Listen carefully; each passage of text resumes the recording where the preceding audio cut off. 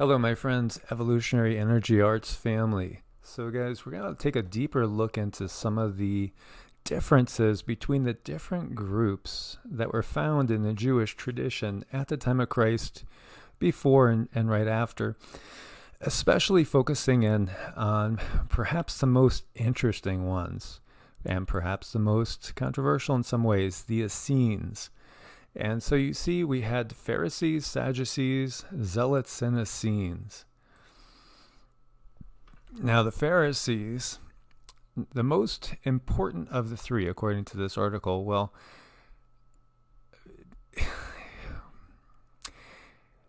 it's too bad that the article even starts off that way. Maybe we should say the most dominant of the three were the Pharisees. And it says here, because they were the spiritual fathers of modern Judaism. So it's out of their philosophy that we have modern Judaism develop. Their main distinguishing characteristic was a belief in the oral law that God gave to Moses at Sinai along with the Torah. The Torah, or written law, was akin to the U.S. Constitution in the sense that it set down a series of laws that were open to interpretation. The Pharisees believed that God also gave Moses the knowledge of what these laws meant and how they should be applied. The oral tradition was codified and written down roughly 3 centuries later into what was known as the Talmud. And the Pharisees also maintained that an afterlife existed and that God punished the wicked and rewarded the righteousness in the world, the righteous in the world to come. They also believed in a Messiah who would herald an era of world peace. The Pharisees were, in a sense, blue-collar Jews who adhered to the tenets developed after the destruction of the temple, that is, such things as individual prayer and assembly in synagogues. And they existed, before the destruction of the temple in 70 A.D. The Sadducees were elitists who wanted to maintain the priestly caste, but they were also liberal in their willingness to incorporate Hellenism, or Greek philosophy, into their lives, and just that Greek way of living, what became our modern Western way of living, which the Romans, obviously, after the Greeks, the Romans kept spreading that out throughout all of Europe and the Middle East as well. The Sadducees rejected the idea of oral law and insisted on a literal interpretation of the written law. Consequently, they did not believe in an afterlife, since it was not mentioned in the Torah. And so that might surprise some people. As we see, there was no definitive set of beliefs, and people looked at things in different ways, as they do now. The main focus of Sadducee life was rituals associated with the temple. The Sadducees disappeared around 70 A.D. after the destruction of the Second Temple. None of the writings of the Sadducees has survived, so little we know about them comes from their Pharisaic opponents. These two parties served in the Great Sanhedrin, a kind of Jewish Supreme Court made up of 71 members, whose responsibility was to interpret the civil and religious laws. And as we had said before, writing was always done without the inclusion of any vowels, so things were widely open to interpretation. Thus, anybody thinking there's no errors in the Bible and in the Torah even, that's just basically silly, because there are. Everything was open to interpretation, and things were not even written down for hundreds and hundreds of years. They didn't even start writing them down for hundreds and hundreds of years. And as we said before, the only complete copies we have of the Torah are anywhere from maybe 200 BC to 200 AD as far as the oldest complete copies. So, that's not super old. And as we said, this was all open to interpretation, and there was great disagreement among the different groups. The Essenes were the third faction, and as it says here, they emerged out of disgust with the other two. This sect believed others had corrupted the city and the temple. They moved out of Jerusalem. They lived a monastic life in the desert, adopting strict dietary laws and a commitment to celibacy. The Essenes are particularly interesting to scholars because they are believed to be an offshoot of the group that lived at Qumran, which is where we found, the Dead Sea Scrolls and so many of the texts that were unfortunately hidden from us until that time. So in 1947, a Bedouin shepherd stumbled into a cave containing various ancient artifacts and jars containing manuscripts describing the beliefs of the sect and the events of the time. The most important documents, often only parchment fragments that had to be meticulously restored, were the earliest known copies of the Old Testament. The similarity of the substance of the material found in the scrolls to that in the modern scriptures has confirmed the authenticity. So again, you could see there were big differences in them and different viewpoints, even when it came to belief in the afterlife, because the Sadducees didn't think there was any afterlife. The Pharisees believed in resurrection, and the Essenes more of a spiritual survival, according to this particular article. And this is out of the jewishvirtuallibrary.org. So the Essenes are so fascinating because they were most definitely the strictest and perhaps the most literalist. When we look at like the teachings of Christ, when the son of the rich man, talks to Christ about how much love and devotion he has for him, for his teachings, and Christ tells him, sell everything, give it to the poor, and follow me, and he can't do it. Well, these people did it. This is what they did. This is how they lived. They owned no personal property. Everything was kept as a group. They had no possessions. They didn't believe in that. They lived completely a spiritual life. And, were viewed by the people around them as most definitely a completely different and separate people. Now, they were also known as healers and teachers. And these are some of the wreckage of Qumran. And so this is where they had lived. They lived in various areas as well. They were practitioners of water baptism, and so many think that John the Baptist was an Essene. And so when we look at this is some of the most ancient stuff we have talking about them from Josephus. And he's talking about the Essenes, and this is the Jewish War, Book 2, Chapter 8.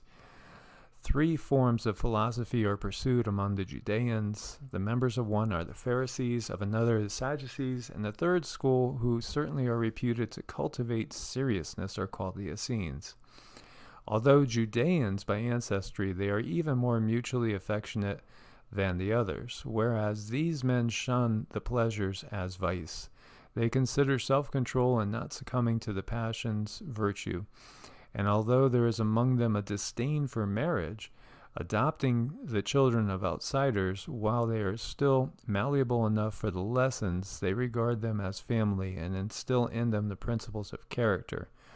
Without doing away with marriage, or the secession resulting from it, they nevertheless protect themselves from the wanton ways of women, having been persuaded that none of them preserves her faithfulness to one man. Since they are despisers of wealth, their communal stock is astonishing. One cannot find a person among them who has more in terms of possessions. For by law, those coming into the school must yield up their funds to the order, with the result that all in their ranks, neither the humiliation of poverty nor the superiority of wealth is detectable. But the assets of each one have been all mixed together, as if they were brothers, to create one fund for all. They consider olive oil a stain, and should anyone be accidentally smeared with it, he scrubs his body, for they make it a point of honor to remain hard and dry, and to wear white always. Hand-elected are the curators of communal affairs, and indivisible they are, each and every one, in pursuing their functions to the advantage of all. No one city is theirs, but they settle amply in each, and for those school members who arrive from elsewhere, all that the community has is laid out for them in the same way, as if it was their own things. And they go in and stay with those they have never ever seen before, as if they were the most intimate friends. For this reason, they make trips without carrying any baggage at all, though armed on account of the bandits. In each city, a steward of the order appointed specially for the visitors is designated quartermaster for clothing and other amenities, dress, and also deportment of body, like children being educated with fear. They replace neither clothes nor footwear until the old set is ripped all over or worn through with age. Among themselves they neither shop nor sell anything, but each one, after giving the things that he has to the one in need, takes in exchange anything useful that the other has. And even without this reciprocal giving, the transfer to them of goods from whoever they wish is unimpeded. Toward the deity, at least pious observances uniquely expressed, before the sun rises they utter nothing of the mundane things, but only certain ancestral prayers to him, as if begging him to come up. After these things they are dismissed by the curators to the various crafts that they have each come to know, and after they have worked strenuously until the 5th hour, they are again assembled into one area, where they belt on linen covers and wash their bodies in frigid water. After this purification, they gather into a private hall, into which none of those who hold different views may enter. Now pure themselves, they approach the dining room as if it were some kind of sanctuary. They have themselves seated in silence. The baker serves loaves in order, whereas the cook serves each person one dish of food. The priest offers a prayer before the food, and is forbidden to taste anything before the prayer. When he has his breakfast, he offers another concluding prayer. And while starting and also while finishing, they honor God as the sponsor of all life. After that, laying aside their clothes as if they were holy, they apply themselves to their labors again until evening. They dine in a similar way. When they have returned, they sit down with visitors, if any happens to be present with them, and neither yelling nor disorder pollutes the house at any time, but they yield up conversation to one another in order. And to those from the outside, the silence of those on the inside appears as a kind of shiver-inducing mystery. The reason for this is their continuous sobriety, and the rationing of food and drink among them, to the point of fullness. As for other areas, although there is nothing that they do without, the curators have ordered it. These two things are matters of personal prerogative among them, rendering assistance and mercy, for helping those who are worthy whenever they might need it, and also extending food to those who are in want, are indeed left up to the individual. But in the case of relatives, such distribution is not allowed to be done without permission from the managers. Of anger, just controllers; as for temper, able to contain it; of fidelity, masters; of peace, servants. And whereas everything spoken by them is more forceful than an oath, swearing itself they avoid, considering it worse than a false oath. For they declare to be already degraded one who is unworthy of belief without God. They are extraordinarily keen about the composition of the ancients, selecting especially those orientated towards the benefit of soul and body. On the basis of these and the treatment of diseases, roots, apotropaic materials, and special properties of stone are investigated. An interesting group indeed. And here is an article from Essene.org, all about the ancient Essenes and the modern Essene Church of Christ. So the thought is really that these people were the founders of our modern Christian thought. And we've talked before about how the Persian Exodus so influenced the Jews, and how Messianic thought came into being during the Persian exile and the Babylonian exile period. We talked about Mithricism as well, and we've talked about Zoroaster and Zoroastrianism. As we have seen, many of the Jews did not believe in an afterlife, especially when we just look at the Torah. They didn't believe in an afterlife. So it's interesting. Now, the Essenes most definitely did, but they had a lot of Gnostic tendencies as well. And so it's very, very interesting. And here are the Essenes. Who were they? Was John the Baptist an Essene? And as we see, they were extremely pious, extremely, and they were thought to be vegetarians. They never drank. They were thought to be very, very celibate as well. And they shared everything. And this is out of the Jerusalem Post. So, yes, they were communist in that sense.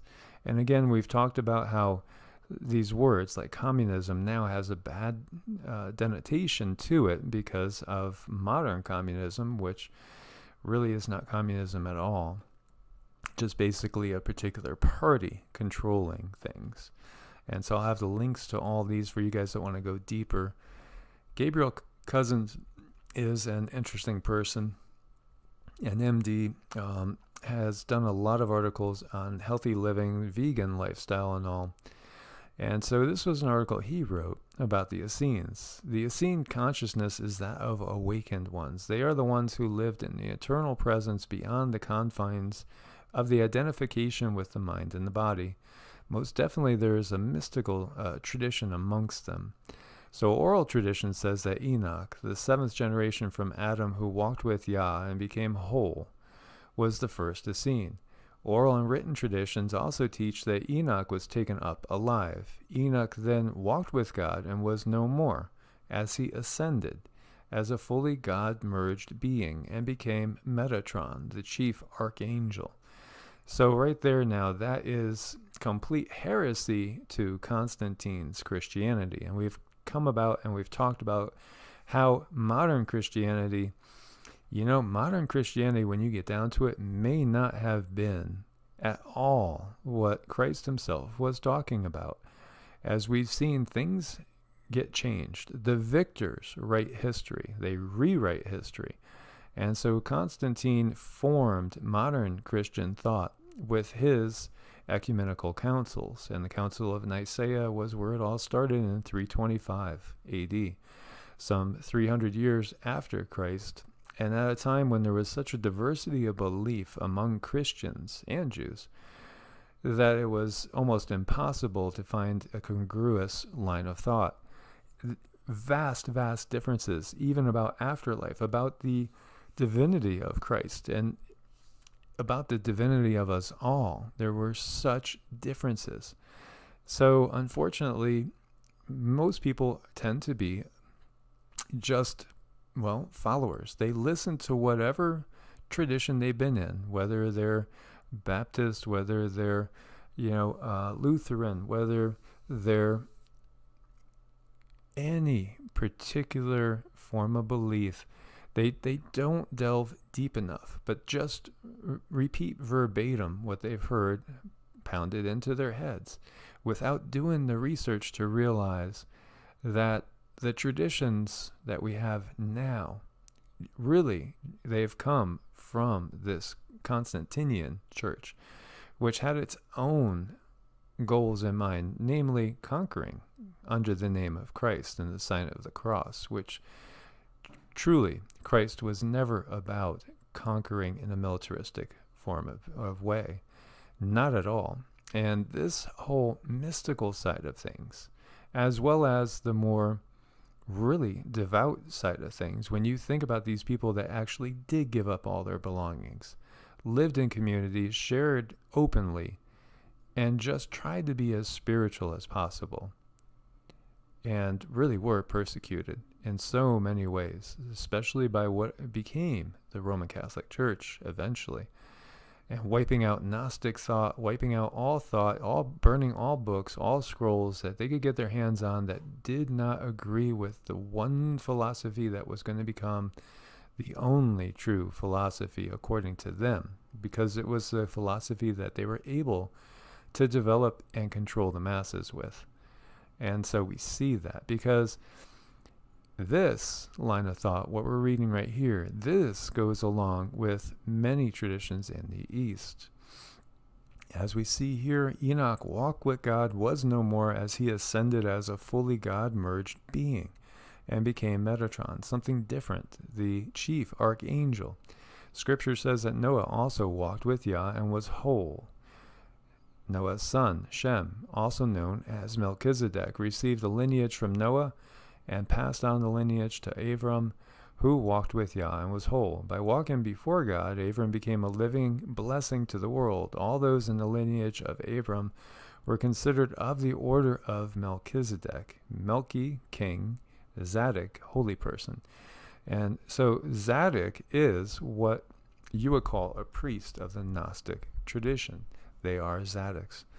And it's very, very interesting. And so certain oral traditions suggest the Sufis and the Essenes, who both suggested their mystical tradition of liberation goes back to Adam, may indeed have been one and the same mystic group at one time. The Essenes, in their most evolved inner spiritual circle, became the plant-based, only live food Jewish mystical expression. The Sufis became an Islamic mystical expression, both knowing their essential oneness.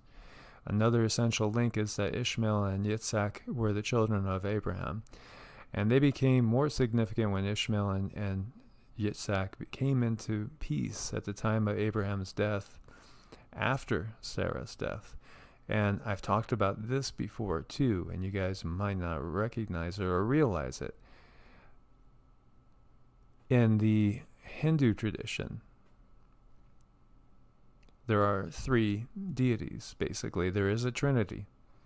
There's the creator God, Brahman, and then there's Shiva, and then there is also Vishnu. Shiva being the destroyer or transformer, and Vishnu being the preserver. So the Hindu concept of a trinity vastly precedes the Christian one. And so interesting, because Brahman, very similar spelling to Abraham. And then also Sarah, or Sarai, is also very, very similar to Sarai's Vati. And there is way more to it than that.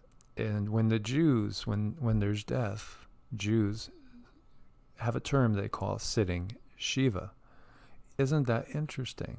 Because perhaps all these traditions are linking back to something more ancient from a different time.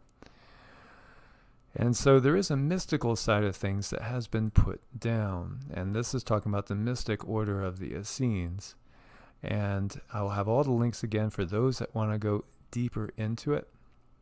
And another one on the mystic society of the Essenes. And so, unfortunately, as the church progressed and Constantine, the Holy Roman Emperor, solidified his power through the use of a unified Christianity at the expense of throwing away so much lost knowledge and so many other traditions, some far more pious.